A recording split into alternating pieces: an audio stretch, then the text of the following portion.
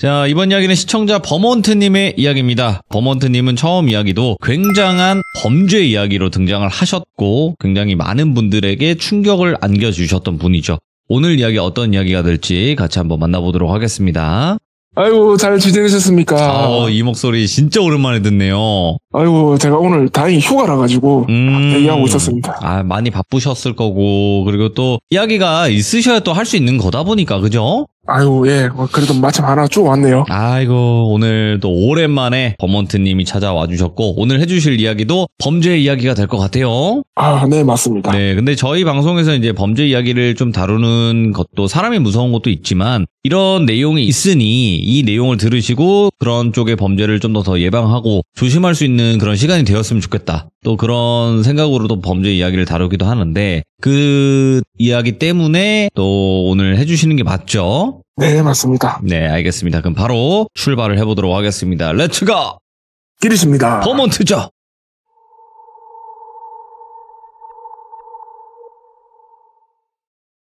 오늘 이야기에 앞서 오늘 이야기는 절대 어떤 직업 단체를 비론할 의도가 저는 없고요. 그냥 재미로 좀 들어주시면 될 것 같고, 지금 제가 귀족님들이나 돌비님한테 한번 여쭤보고 싶은 게 지금 어떤 시대라고 혹시 알고 계실까요? 지금요? 예, 어떤 시대. 우리가 옛날에는 저기 야인 시대도 있었고 그리고 저기 디지털 시대도 왔었고 예, 제가 뜬금없이 질문을 드렸는데 지금 제 생각에는 배달의 시대 같았습니다. 배달이 너무나 잘 활성화가 되어 있는. 네네, 배달이 안 되는 게 없어요. 맞아요. 도 되고, 심지어 저도 고양이 키우지만 고양이 모래까지 배달해 주시더라고요. 예. 자, 그래서 오늘 해드릴 이야기는 제 친구가 한 2년 전쯤에 코인에 연끌을 해버렸어요. 그래서 지금 이자 때문에 엄청 고생을 하고 있는데, 이 친구가 최근에 퇴근하고 뭔가 부업 일거리를 찾다 하다가 배달 대행을 취업을 하게 됩니다. 그래서 이야기가 시작이 됐는데, 지금부터 제 친구를 똘비라고 해보면, 똘비는 원래 바이크 타는 걸 되게 좋아했어요. 그래서 한 2, 3년마다 가지고 있던 125cc짜리를 매번 교체를 했습니다. 네, 그랬는데 이렇게 좀 바이크에 대한 숙련도가 있어서 그런가 빨리 취업을 할 수 있었어요. 그래서 어플 사용법 간단하게 알고 바이크도 세팅을 이렇게 해야 된다고 하더라고요. 예, 배달하려면 세팅하고, 그래서 일주일 뒤에 바로 출근하게 됩니다. 일은 그렇게 어려운 게 없었대요. 그리고 생각보다 이 음식을 식당에서 픽업하고 배달지까지 가지고 가는 게 되게 빡빡하답니다, 생각보다. 근데 이게 만약에 어디까지 갖다 주면 그 수익이 바로 어플에 바로바로 입금이 되니까 이게 굉장히 재밌고 쏠쏠했다고 해요. 그날도 제 친구 똘비는 사무실에 잠깐 커피라도 한잔 마시려고 들어갔답니다. 보통 이 라이더 분들이 사무실에서 좀 쉬다가 또 배달하시고 이러는데, 이날은 사장님이 계시고 남자분이 한 분 계셨대요. 근데 사장님의 이야기를 들어보면은 이분은 원래 옛날에 경찰이셨어요.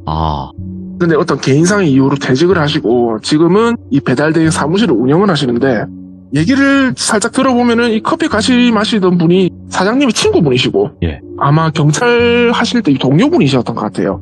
근데 조금 이야기가 심각한 것 같더라고요. 그래서 지금부터 이 경찰분을 조계장님이라고 하시고 사장님은 박사장이라고 제가 이렇게 인칭을 해보겠습니다. 이 조계장님의 말을 따르면은 지금 이 관할구역에 묻지마 폭행이 자꾸 일어나고 있어요.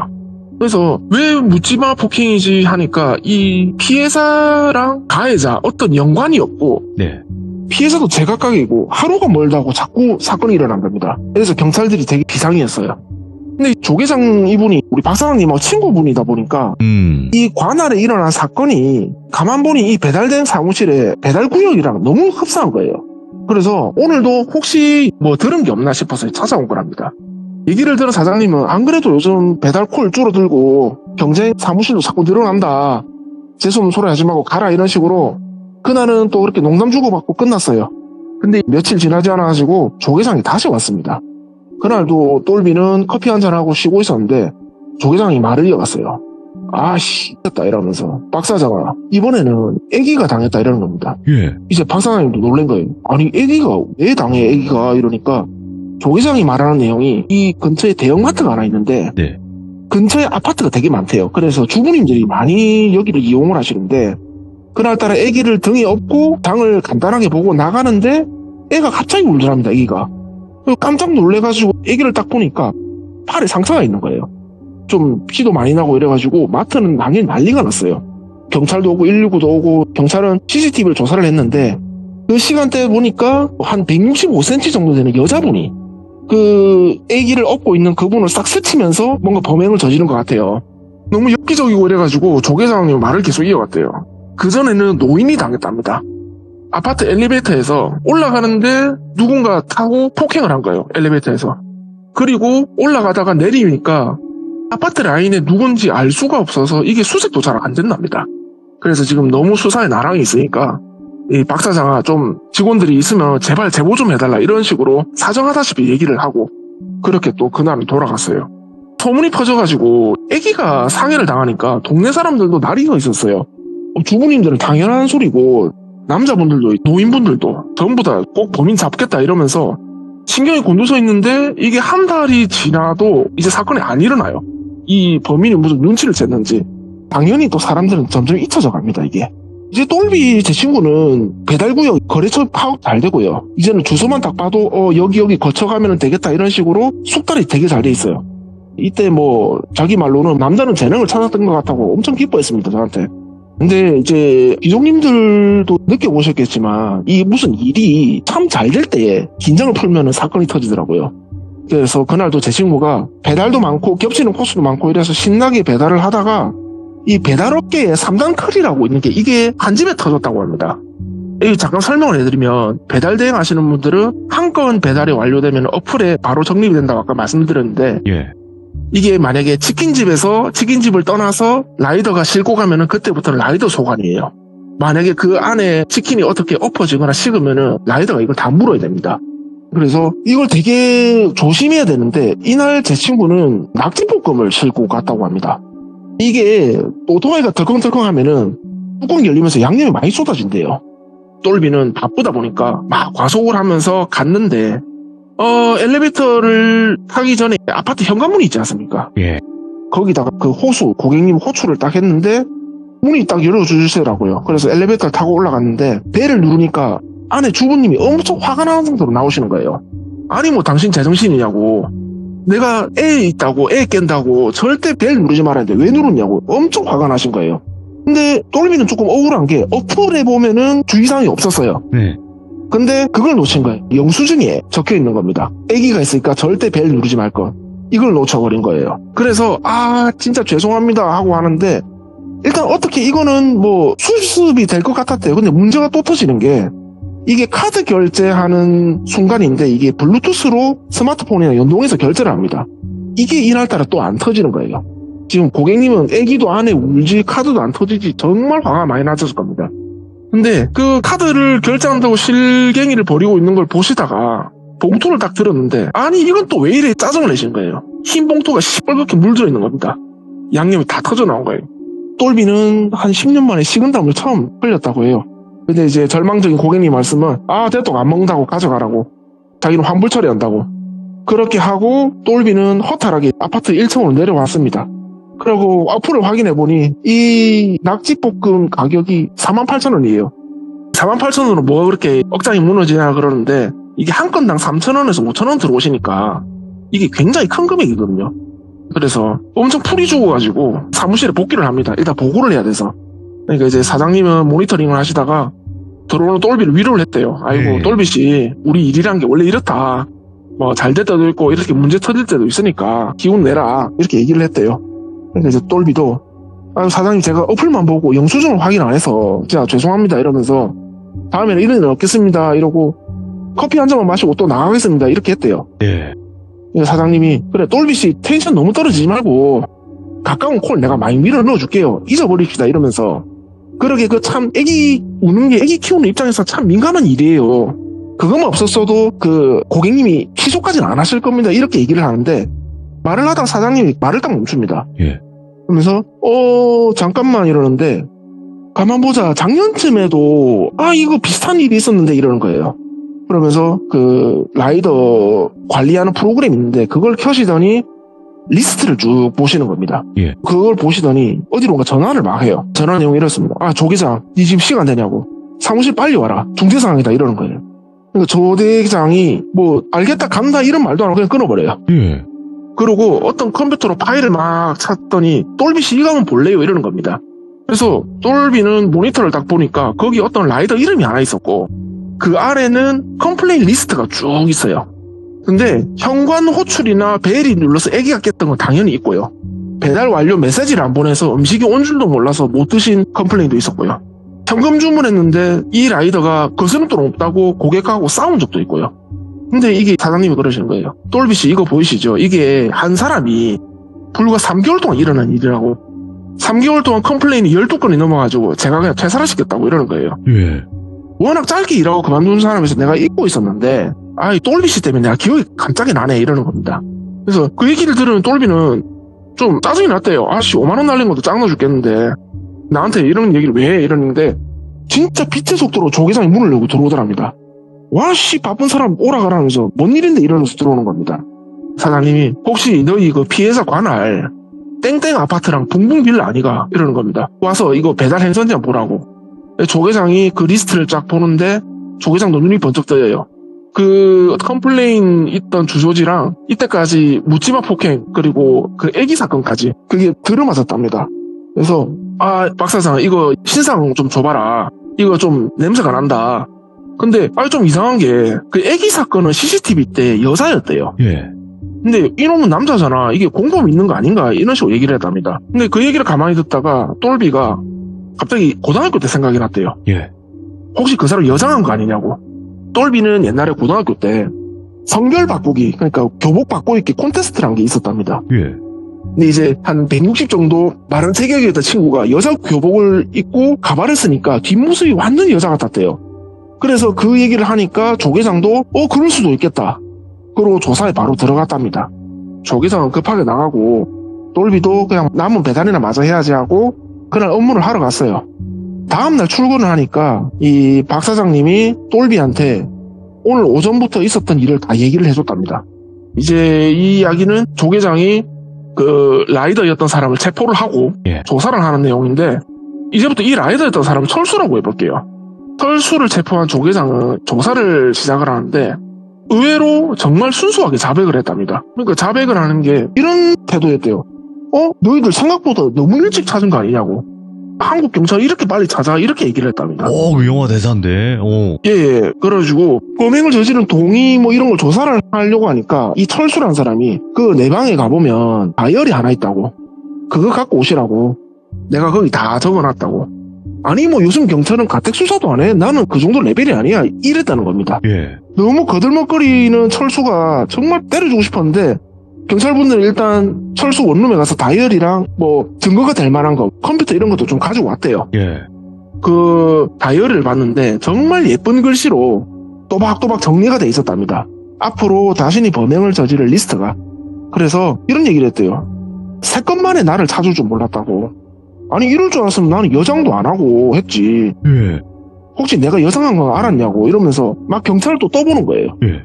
수사 내용은 조금 이랬습니다. 조계장 말은 철수의 조사가 엄청 짜증나면서 힘들었던 게 이 범인이 이제 확정이 되고 재판받을 일만 남았는데 보통 이 단계면은 거짓으로라도 잘못을 뉘우친대요.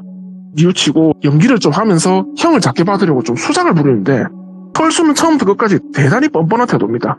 그리고 조계장을 제일 열받게 하는 부분이 예를 들면 아니 그럼 철수씨 마트에서 애기한테 상의를 왜 안 겁니까? 이러면은 거기에 대한 대답을 하면 되는데 아니 형사님 어릴 때 맞으면서 컸어요 안 맞으면서 컸어요 이러는 거예요. 어린애들이 잘 되라고 어른이 매를 들어요 안 되는 거예요 이러는 겁니다. 예. 아니 그러니까 당신이 왜 애기한테 그런 짓을 했냐고 묻잖아. 묻는 말에 대답해 이러면은 형사님 학술적으로 이 애기 때는 짐승이랑 다름이 없다고 지능 수준이. 그러면 길들일 때 어떻게 해야 돼?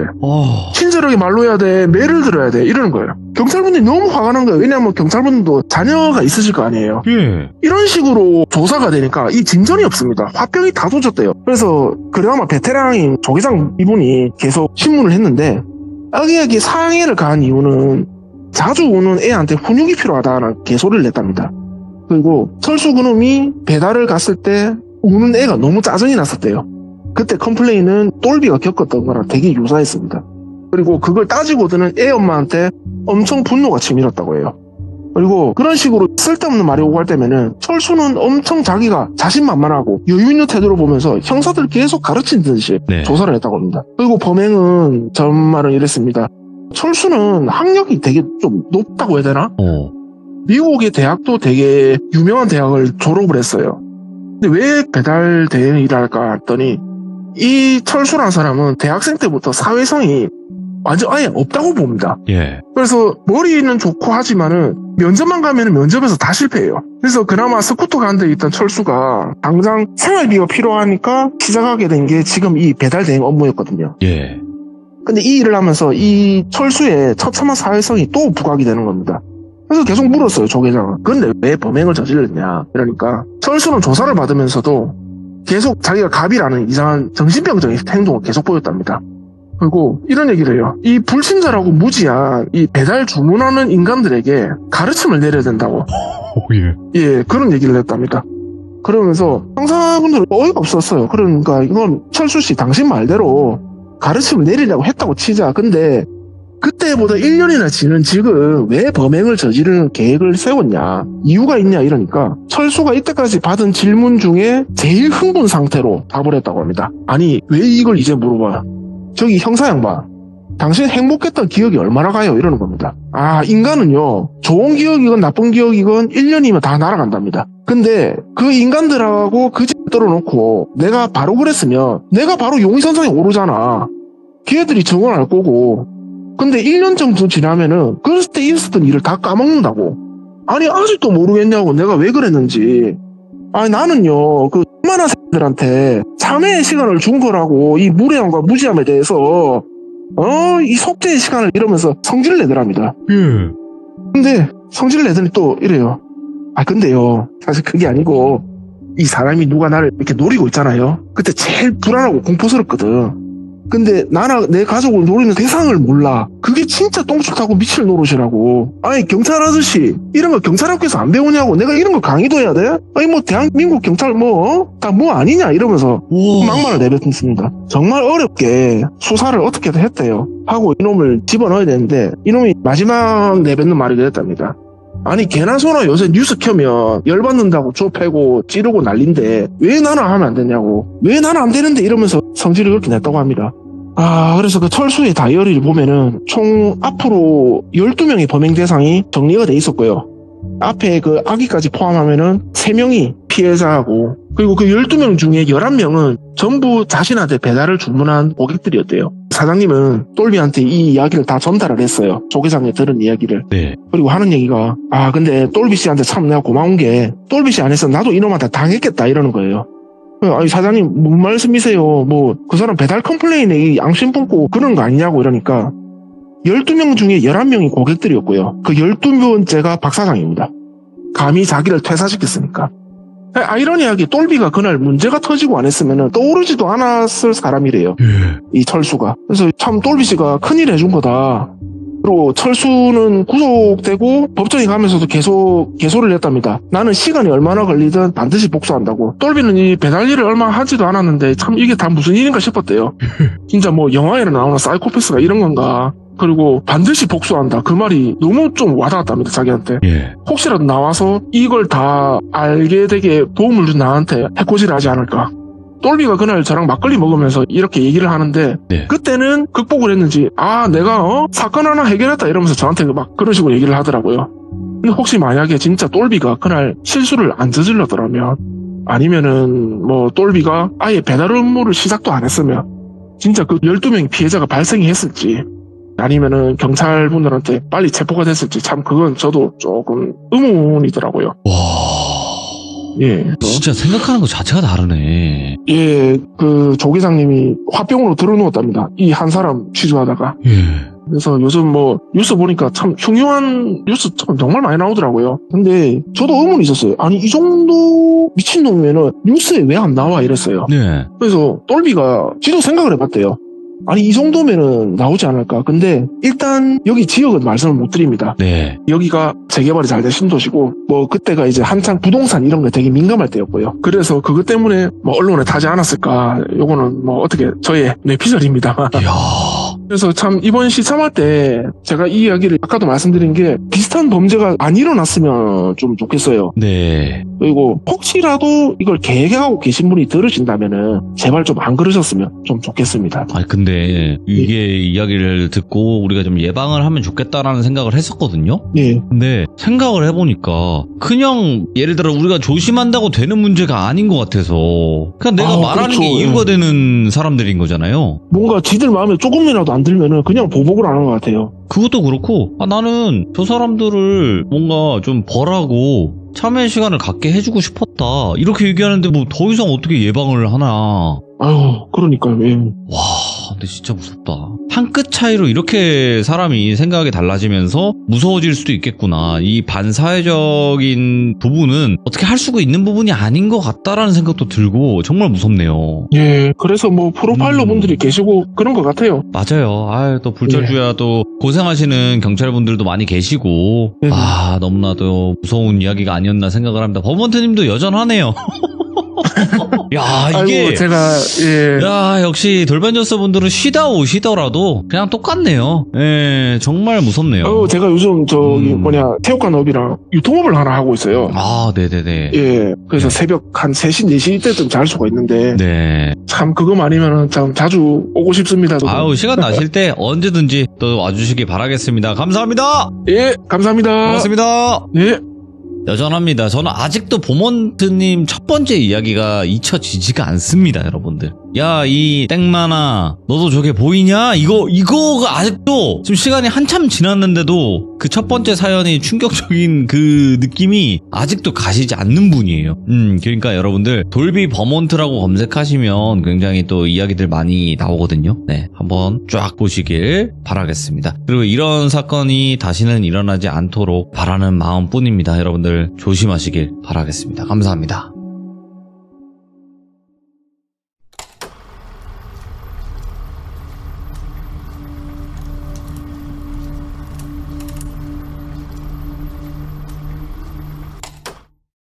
자, 이번 이야기는 시청자 버몬트님께서 정말 오랜만에 시들무에 방문을 해주시긴 했는데 일단은 어떤 큰 사건을 겪으신 것 같아요. 그래서 저도 정확한 어떤 사건이다라고 얘기를 못 들었기 때문에 근데 굉장히 좀 많이 다치셨던 그런 사건으로 알고 있는데 어떤 이야기일지는 같이 한번 확인을 해보도록 하겠습니다.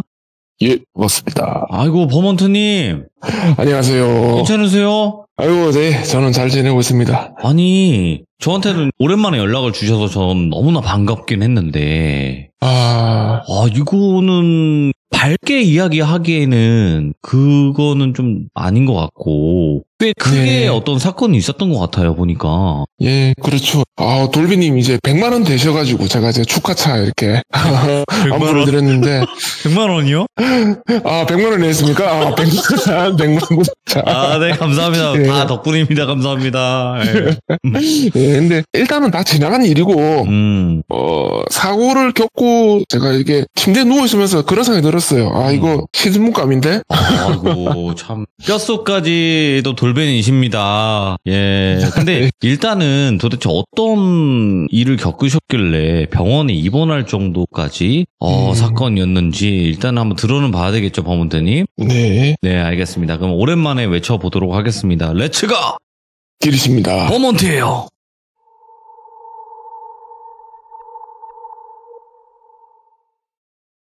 우리 저 시들무에서도 소개가 많이 된 주제가 이 아홉수가 있었을 것 같아요. 그리고 저도 작년이 저한테는 아홉수인 해였습니다. 네. 그래서 이 일은 제가 30대의 마지막 크리스마스 때 일어난 일인데 작년은 저한테는 어떻게 보면 진짜 최악의 해였어요. 좋은 일은 하나도 없고 계속 안 좋은 일만 겹치는데 다들 아시다시피 저는 이제 체육관 업을 하고 있고 이 업이 지금 굉장히 불황입니다.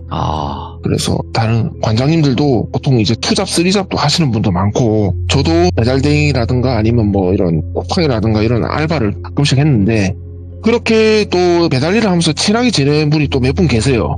근데 이분들이 또 저처럼 보컬학원 원장님이라든지 아니면은 무슨 댄스학원 원장님이시라든지 이런 분들이 다 투잡으로 이렇게 하시더라고요. 그래서 그분들하고 좀 친해지면서 커피도 한잔 마시고 이런 게 그때는 낙이었는데 그러다가 한 분이 저한테 얘기를 해주셨어요. 투잡으로 하기에 대리운전도 꽤 괜찮다 이렇게 얘기를 하시더라고요. 그래서 좀 자세히 얘기를 해달라 한번 해보자 이라고 얘기를 들으니까 가끔 진상이 걸리긴 한데 꽤나 수익도 좋고 재미도 있고 그렇다고 하더라고요. 그래서 저도 한번 해보자 해서 그날 바로 대리운전 어플을 깔고요. 이렇게 알아보고 그날 저녁에 바로 시작을 했습니다. 네. 예, 근데 엄청 긴장되더라고요. 이게 제가 처음 해본 일이고 네. 더 긴장되는 게 남의 차를 제가 운전을 한다니까 이게 부담이 엄청났어요. 그쵸. 그래서 근처에 번화가에 가서 어플을 켜고 이렇게 기다리고 있는데 1시간이 넘도록 손님이 안 잡히는 거예요. 그래서 이거 오늘 첫날인데 그냥 난리나 보다 이렇게 하고 있었는데 편의점 밖에 있는 의자에 앉아있는데 누가 저 어깨를 툭툭 치는 거예요. 그래가지고 딱 보니까 혹시 대리운전 하시는 분이세요? 이러는 거예요. 그래서 어떻게 알았지 속으로 그랬는데 예 제가 대리운전 하긴 하는데 보통은 이렇게 어플로 하시는데 이러니까 저는 그런 거 할 줄 모르고 원래 대리운전 사무실에 전화를 하는데 이게 딱 보니까 대리운전 하시는 분 같아서 제가 여쭤본 겁니다. 이렇게 하시더라고요. 그래서 이게 드디어 첫 손님이다 싶어가지고 저는 엄청 기뻤습니다. 그때. 그래서 감사합니다 이러면서 제가 일단 어디로 모실까요 이렇게 가서 제 대리운전 업무의 첫 손님이에요. 근데 제가 조금 말을 바꾸자면은 네. 이게 손님이 아니고 그 시로과의 첫 만남이었습니다. 아이고, 예. 지금부터는 이제 이놈이라고 제가 얘기를 하겠습니다. 이제 이놈은 한 50대 중반에 한 170 정도 그 정도 신장에 체중은 한 70kg 정도 예. 그렇게 나가고였고요. 눈매가 굉장히 좀 인상 깊었어요. 약간 뱀눈을 닮았다 그런 느낌이 들었고요. 저는 옛날에는 관상 이런 거는 사람들이 재미로 보는 거다 이렇게 생각을 했는데 제가 이번 일로 이 관상은 수학이다라고 딱 제가 믿게 됐습니다. 그럼 차를 제가 대리운전하게 된 그날 그 목적지로 이렇게 가는데 도중에 약간 뜻밖의 말을 하는 게 자기가 기분이 꿀꿀해서 술을 한잔 했는데 그래도 기분이 안 풀린대요.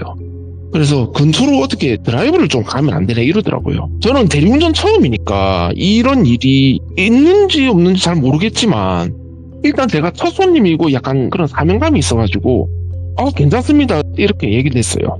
그러니까 저쪽 약간 교회 쪽으로 이렇게 돌아서 그렇게 한 1시간 정도 돌고 이렇게 가자고 하시더라고요.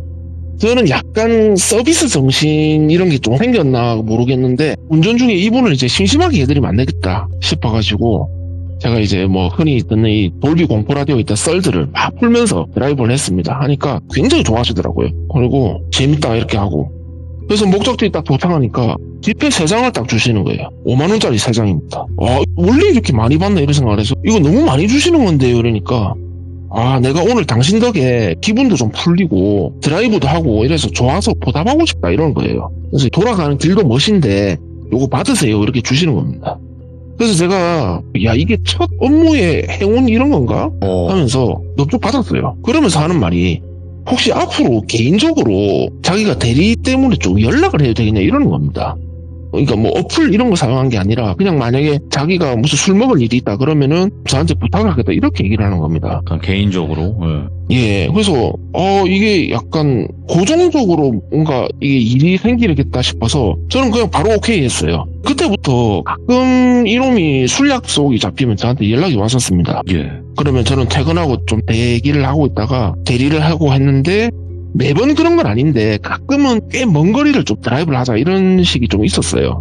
근데 저는 약간 그걸 기다리는 게 먼 거리를 드라이브를 했다 하면은 한 20만 정도를 줬습니다. 이게 어떻게 보면 한 시급 10만 원 정도 되는 거거든요. 그래서 저는 한 몇 달 정도의 대리기사로 일을 좀 했습니다. 불러주면은. 그리고 내일 아침에 일어나면 루틴이 제발 이놈한테 오늘 전화기 오기를 참 바랬어요. 그럴 정도로 이렇게 저한테는 좀 괜찮은 일거리였는데 이 일을 하면서 저는 서비스 정신을 발휘했습니다. 아까도 말씀드린 대로 절대 지루하지 않게 가진 썰들을 막 다 풀어드렸고요. 그리고 술 드시고 왔다 그러면 저는 꿀물도 가져다 드리고 이런 식으로 했습니다. 근데 이제 어떨 때는 막 3시간 정도 걸리는 넓은 코스를 갈 때도 있었는데 예. 근데 뭐 3시간 걸린다고 30만 원 주고 그러진 않더라고요. 근데 약간 특이한 게 제가 현실 공포 얘기를 하면은 별로 좋아하지 않는 눈치를 저한테 보였습니다. 오. 귀신 얘기 이런 건 되게 좋아했는데 예. 현실 공포 얘기를 하면 그런 일은 없다. 뭐 그런 수법은 통하지 않는다. 약간 싫어하더라고요. 네. 부정적이고. 그래서 손님이니까 저는 좀 피했습니다. 현실 공포를. 몇 달을 이렇게 지나다 보니까 좀 서로 간의 이해가 좀 오갔어요. 뭐 저의 개인적인 이야기, 그 사람 개인적인 이야기를 했는데 근데 이 사람은 좀 특이한 게 어떤 가족이나 자기 친지에 관한 이야기는 절대 하지 않더라고요. 보통 50대 중반의 남자분이면은 자식 자랑도 하실 때도 있고 뭐 하는데 개인적인 이야기는 거의 꺼내지가 않더라고요. 예, 그래서 저도 남한테 개인적인 이야기 하는 거를 싫어하시는 분이구나 이러고 네. 별로 신경 안 썼습니다. 그리고 시간이 지나서 12월 달이 되었습니다. 연말이라 가지고 참 이런저런 일도 있고 한데 저는 12월 25일을 또 기다렸어요. 왜냐하면 이날은 이놈이 무조건 술을 먹을 것 같았거든요. 아, 예. 그래서 딱 기다리는데 아니나 다를까 전화가 왔어요. 그날 저녁에 술 약속이 있다. 그래서 어디로 와달라 하길래 저는 뭐 30분 전에 딱 대기를 하고 있었습니다. 그날도 뭐 적어도 한 20만 원을 벌겠다 싶어서 싱글벙글하고 저는 기다리고 있었는데 그날이 저한테 이제 최악의 크리스마스였어요. 다른 날처럼 이렇게 픽업을 해서 운전을 하는데 제발 속으로 오늘도 좀 먼 거리로 드라이브 하자라고 이야기를 하길 바랬어요. 절대 집에서 와이프가 기다리거나 애인이 기다리거나 이러지 않기를 바랬는데 딱 그러게 하더라고요. 좀 멀리 가자. 근데 오늘은 바다가 보고 싶답니다. 근데 이제 다른 지역 분들이 그러시는데 이 부산 사람들이 매일 바다를 보진 않거든요. 가끔 바다가 보고 싶을 때도 있습니다. 부산 사람들이. 그래서 바다가 보고 싶다라고 생각을 하니까 제가 가만 생각해보니 이 해안도로 쪽이 좀 좋은 데가 하나 있어요. 그래서 그쪽으로 오늘도 20만 원 벌어보자 싶어서 드라이브를 쭉 갑니다. 한참 운전하고 가다 보니까 차가 한 대가 약간 끼어들기 시작해요, 앞으로. 근데 딱 보니까 운전 질이 굉장히 안 좋아요. 막 차선을 왔다 갔다 하고 뭐 비상깜빡이 켰다가 뒤에 가면 빵빵거리기도 하고 더 심해지더라고요, 이게. 근데 희한하게 얘들이 쭉 하다가 갓길에 차를 대는 겁니다. 그래서 저도 얘들은 그냥 놔두면 안 된다. 차를 댔습니다, 저도. 근데 차를 딱 대니까 뒤에 있는 그놈이 딱 말리더라고요. 내리지 마라. 그러는데 나를 걱정해 주는 건가 싶었는데 표정을 보니까 그건 또 아니에요. 안 내리면 좋겠다. 계속 말리는데 괜찮다. 저는 이런 일을 많이 겪었기 때문에 싸우거나 하지 않는다. 그러니까 계속 잡는 겁니다. 그래서 저는 일단 안심시키고 내렸어요. 딱 내렸는데 3명이 내리는 겁니다. 솔직히 조금 부담스러웠습니다, 그때. 그러니까 이제 뭐 이 사람들도 뭐 욕하고 이렇게 하지만은 제가 경찰을 부르겠다 단호하게 좀 대처를 했습니다. 그러니까 좀 이렇게 얼핏 보고 하더니 그냥 갔어요, 다행히. 예. 난 진짜 3명하고 싸우면 어떡하나 이런 걱정을 했는데 그대로 가더라고요. 그래서 다행이다, 오늘 운수 좋네 이러고 차에 딱 돌아가려는데 붕 소리가 납니다. 뭐야 이랬는데 이제 차가 저를 들이받으러 오는 거예요. 뭐야? 진짜 그때를 잊지를 못하겠는 게 헤드라이트도 끄고 저를 받으러 왔어요. 와, 예. 그리고 그때 제가 약간 무슨 생존 본능이 들었는지 앞범퍼에 받치면 제가 죽을 것 같아서 저도 모르게 본네트 위로 굴렀습니다. 굴러가지고 앞유리 부딪히고 그 다음은 기억나는 거 바닥에 쿵 떨어진 거밖에 기억이 안 나요. 이게 제 생각인데 한번 공중에 떠서 떨어진 것 같은데 진짜 숨이 안 쉬어더라고요. 너무 아파가지고. 예.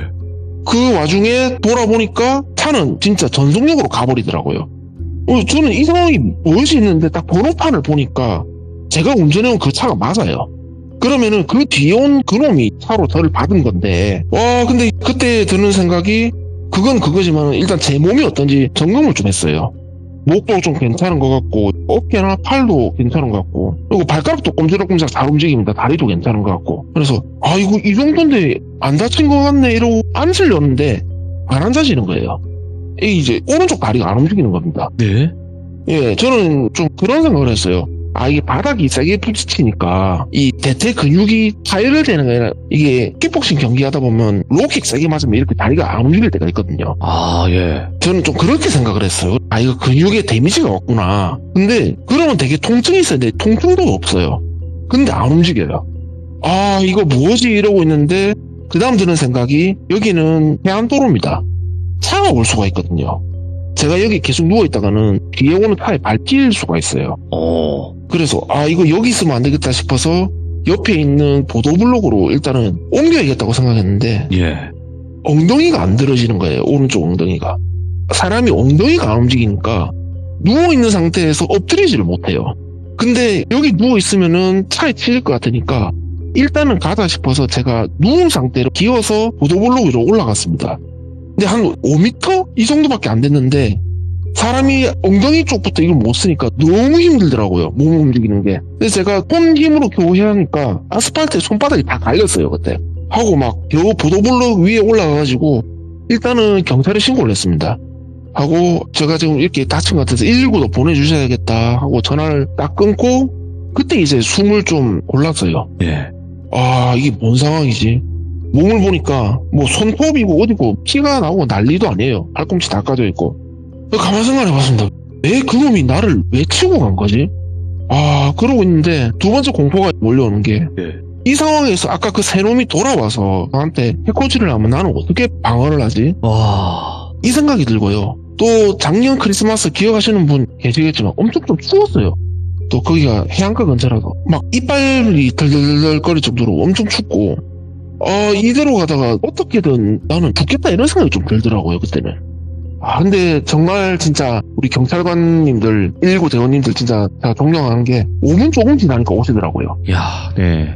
그래서 저는 진짜 살았는데 그때 처음 그런 거 느껴봤습니다. 사람들이 저를 일으켜서 세워서 이렇게 기대기만 했는데 누워지는 희한한 침대가 있더라고요.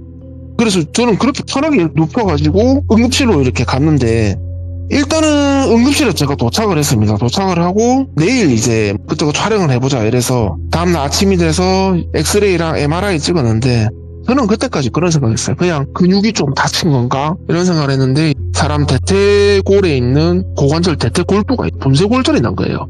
이게 떨어지면서 제 골반뼈랑 부딪히면서 아예 조각조각 나버렸는데 와. 이게 이렇게 부서지면은 이 뼈를 못 살린대요. 어느 정도로 골절이 돼야 피인을 받거나 이렇게 수술을 하는데 예. 이거는 살릴 수가 없다 하더라고요. 그 촬영하시는 분이.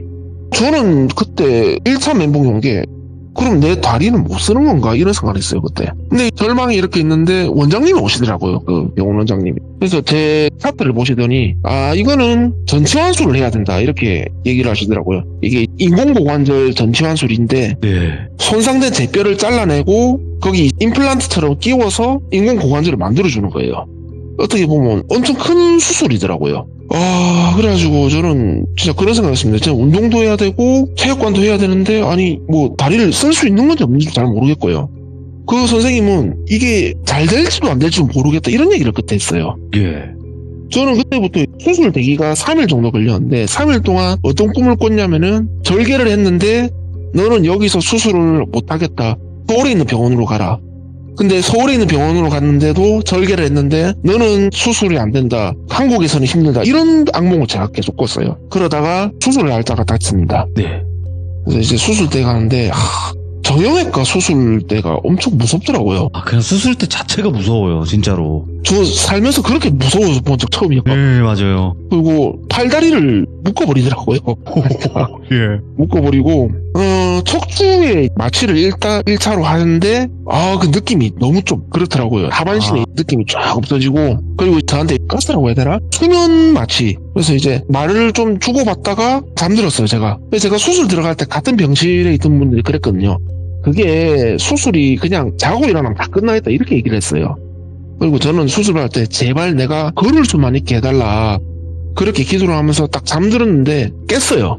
깼는데 다 끝났지 했는데 이게 수술 도중에 깨버린 겁니다 제가. 저는 정형외과 수술 이런 건 줄 몰랐어요. 수술이 아니고 제 몸을 이렇게 조립을 하시더라고요. 근데 미치겠더라고요. 이게 마취가 깨고 그 느낌이 생생하게 오는데 아직 통증은 없었어요. 제가 그래서 간호사분한테 저 이제 깼는데 이거 괜찮냐 그러니까 괜찮대요. 그래서 통증은 없죠 이러시길래 통증은 없어요 하는데 슬슬 통증도 오기 시작해요. 이게 풀리기 시작해요. 진짜 미치겠더라고요. 그래가지고 제가 통증도 온다 하니까 주사를 한 대 더 놔주시더라고요. 그렇게 제가 이제 수술을 받고 회복실에서 누워서 처음 해본 게 오른쪽 다리를 왼쪽 발이랑 이렇게 딱 한번 움직여서 마주쳐 봤어요. 예. 이게 안 됐었거든요 부러졌을 때는. 근데 되더라고요 이제. 진짜 살았다 싶었어요 그때는. 그렇게 하고 저는 회복을 하고 어느 정도 한 일주일 정도 지나니까 보행기 같은 걸로 살살 화장실도 가기 시작했어요 제가. 네.